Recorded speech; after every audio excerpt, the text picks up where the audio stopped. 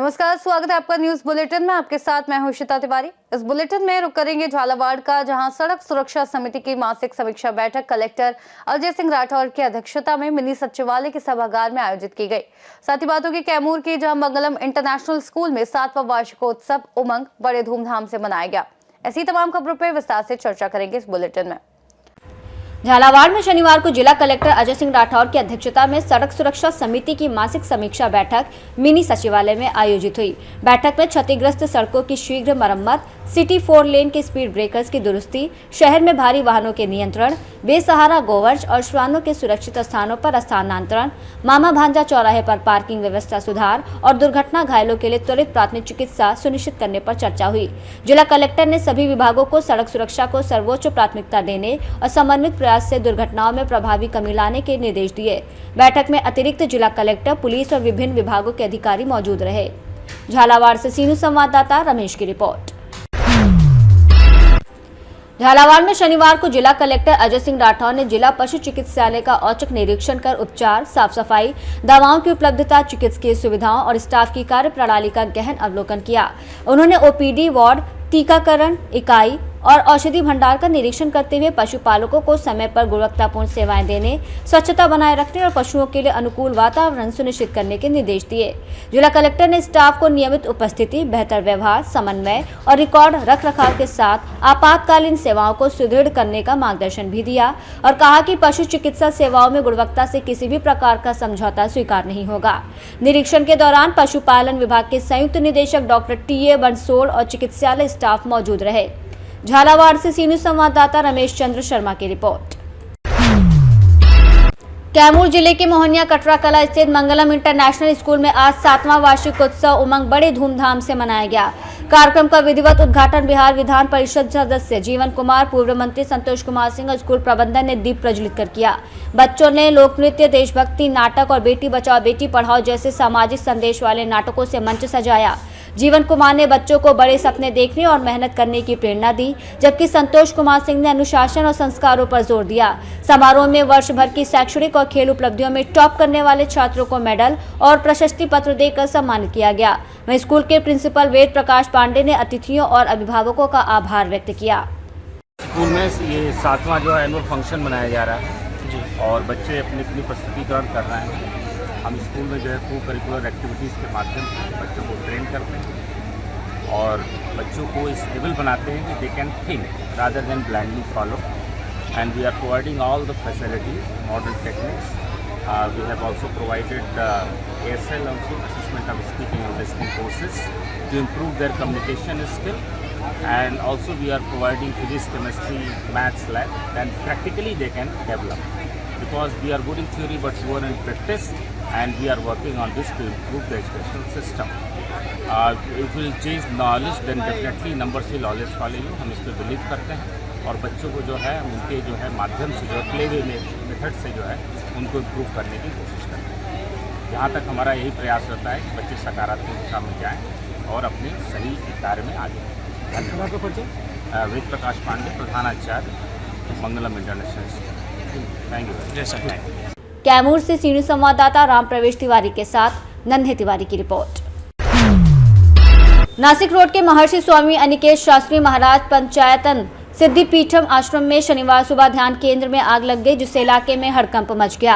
आग का मुख्य कारण शॉर्ट सर्किट बताया जा रहा है। समय रहते दमकल विभाग की गाड़ियों ने कड़ी मशक्कत के बाद आग पर काबू पाया, जिसमें स्थानीय जनप्रतिनिधियों, प्रशासन और नागरिकों का सहयोग रहा।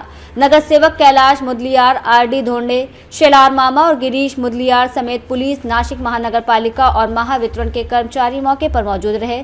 घटना में ध्यान केंद्र के ढांचे को नुकसान हुआ है, लेकिन तेज राहत कार्य की वजह से बड़ा हादसा टल गया और प्रशासन अब नुकसान का आकलन कर रहा है। नासिक से सीनियर संवाददाता अभिजीत कोले की रिपोर्ट। पाकुड़ के रुद्रनगर कुर्थीपाड़ा में आयोजित 7 दिवसीय श्री श्री 1008 महारुद्र यज्ञ और अखंड हरिनाम संकीर्तन शनिवार को हवन पूर्णाहुति और महाआरती के साथ संपन्न हुआ। यज्ञ का उद्देश्य देश में सुख, शांति और महामारी से सुरक्षा था। अंतिम दिन जिले समेत पश्चिम बंगाल के ग्रामीण और शहरी क्षेत्रों से बड़ी संख्या में श्रद्धालु पहुंचे और घंटों परिक्रमा कर 108 फेरे पूरे किए। वैदिक मंत्रोच्चार के साथ देवी देवताओं की पूजा और दशांश हवन में आहुति दी गई। इसके बाद प्रसाद और महाप्रसाद वितरित किया गया। बनारस, बिहार, झारखंड और यूपी के विद्वान पुरोहितों ने यज्ञ में भाग लिया, जबकि यज्ञ समिति के अध्यक्ष मुकेश सिंह, राजा भगत, आदित्य तिवारी सहित अन्य सदस्यों ने आयोजन को सफल बनाने में सक्रिय भूमिका निभाई। पाकुड़ से सी न्यूज संवाददाता पंकज भगत की रिपोर्ट।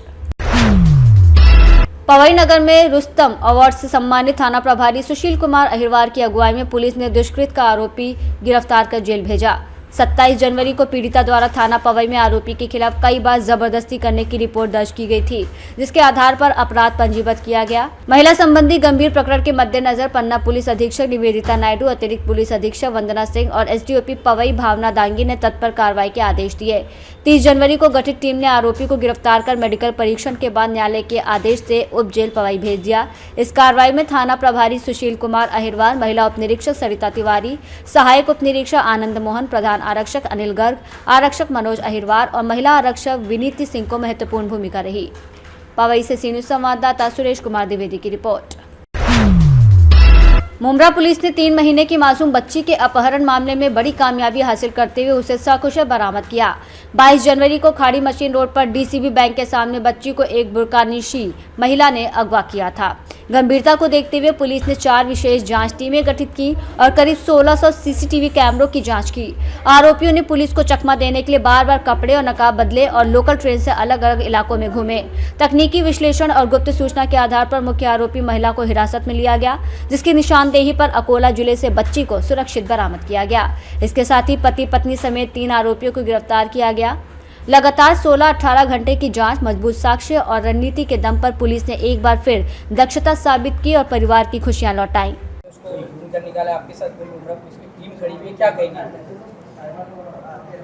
जी हम इससे ज़्यादा तो कुछ नहीं कह पाएंगे, लेकिन हम जितना परेशान थे कोई शायद ही पहचान सकता है माँ का दर्द और बच्ची का दूर होना। लेकिन हम कुछ बिना सोचे समझे इस मुंब्रा पुलिस के पास डायरेक्ट गए, अकेले, वो भी रोते रोते हम अकेले गए। अपने बाप भाई को फ़ोन करे, वो लोग बाद में आए, लेकिन हम फ़ौरन गए कि मेरी बच्ची लापता है, आप लोग मेरी हेल्प कीजिए। लेकिन इन लोगों ने बिना सोचे समझे मेरी FIR किया और फिर फ़ौरन मेरी बच्ची को ढूंढना उसी दिन से चालू किया। और इस 6 दिनों में जितना दिन रात हम परेशान हुए इस बच्ची के लिए, तो इन बच्ची में जो माँ का दर्द होता है ना, वो माँ ही दर्द, वही माँ ही पहचान सकती है। वो भी मेरी बच्ची 3 महीने की है।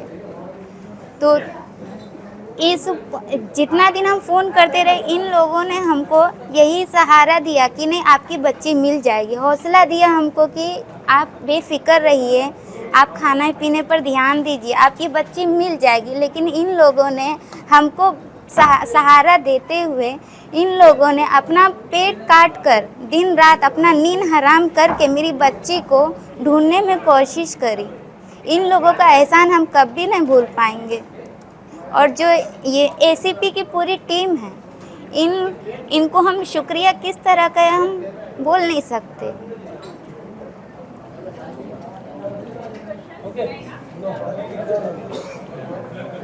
22 जनवरी को शाम 6 बजे के आसपास एक FIR रजिस्टर हुआ, CR नंबर 89/2026 BNS की धारा 133(2) के तहत ये FIR रजिस्टर हुआ। इसमें कंप्लेनेंट थी फरजाना मोहम्मद फिरोज़ मंसूरी। उनकी कंप्लेंट ये थी कि जब वो अपने दोनों लड़कियों को लेके शॉपिंग के लिए गई थी, तो बड़ी बेटी 3 साल की और छोटी बेटी 3 महीने की, उनको लेके जब वो गई थी तो रोड क्रॉस करना था, बड़ी बेटी ले गई तो उसने एक औरत आ गई नकाब पहनने वाली, और उसने बोला कि मैं भी रोड क्रॉस कर रही हूँ, बच्चे को मेरे पास दे दो। और बच्चे को उसने लिया, डिवाइडर तक दोनों साथ में गए। उसके बाद में फास्ट चली गई, उसके बाद में रिक्शा में बैठ के चली गई। वो रिक्शा का नंबर भी नहीं था, कुछ नहीं था। ये लोगों ने काफ़ी सर्च किया लेकिन कुछ पता नहीं चला। उसके बाद में कंक्लूशन में आए तो उसके बाद में FIR रजिस्टर हो गया। इतना ही क्लू था कि जो रिक्शा में वो बैठ के चली गई उसका नंबर नहीं था, लेकिन रिक्शा के पीछे आई करके लिखा हुआ था। तो उससे वो रिक्शा वाले को ट्रेस किया गया। तो रिक्शा वाले ने यह बताया कि मैंने ये औरत को मुंब्रा रेलवे स्टेशन पर छोड़ा हुआ। तो मुंब्रा रेलवे स्टेशन पर जाने के बाद वहाँ पूरे CCTV कवरेज की जांच की गई। तो एक संदिग्ध महिला बुर्खा पहनने वाली बदलापुर की तरफ गई, ऐसा जब हो रहा था। तो सभी स्टेशन मुंब्रा से लेकर बदलापुर तक सभी चेक किए गए और एक महिला को आइडेंटिफाई किया गया जो बदलापुर उतरी हुई थी, जाके वहाँ चेक किया, लेकिन वो महिला वो नहीं थी कि जिसने बच्चे को ये किया था। तो उसके बाद में फिर जो 4 टीम थी, एक टीम ने टेक्निकल एनालिसिस फिर से शुरू किया मुमरा रेलवे स्टेशन पे आके।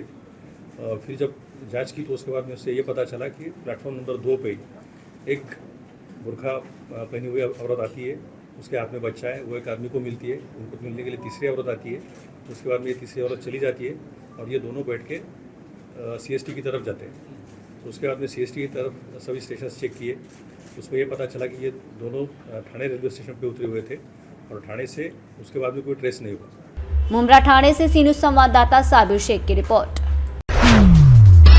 ठाणे पालघर में मीरा रोड ईस्ट के होटल सोना में पोर्नोग्राफी फिल्म शूटिंग रैकेट का पर्दाफाश हुआ है। Social activist doctor Binu Varghese ने जानकारी जुटाकर जोनल DCP को सौंपा, जिसके बाद काशीमीरी पुलिस स्टेशन की टीम ने होटल के 2 कमरों का वेरिफिकेशन किया और पाया कि आरोपी अश्लील कंटेंट बनाने में शामिल थे।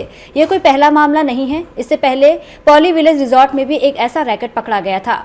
पुलिस अब मामले की गहराई से जांच कर रही है और होटल प्रबंधन की मिलीभगत और पिछले रैकेट्स की संभावनाओं की भी पड़ताल कर रही है। जल्द ही बड़े खुलासे और गिरफ्तारी की संभावना जताई जा रही है। ठाणे से सी न्यूज संवाददाता साबिर शेख की रिपोर्ट। फिलहाल के लिए न्यूज बुलेटिन में बस इतना ही। देश और दुनिया की तमाम बड़ी खबरों के लिए आप देखते रहिए सी न्यूज भारत।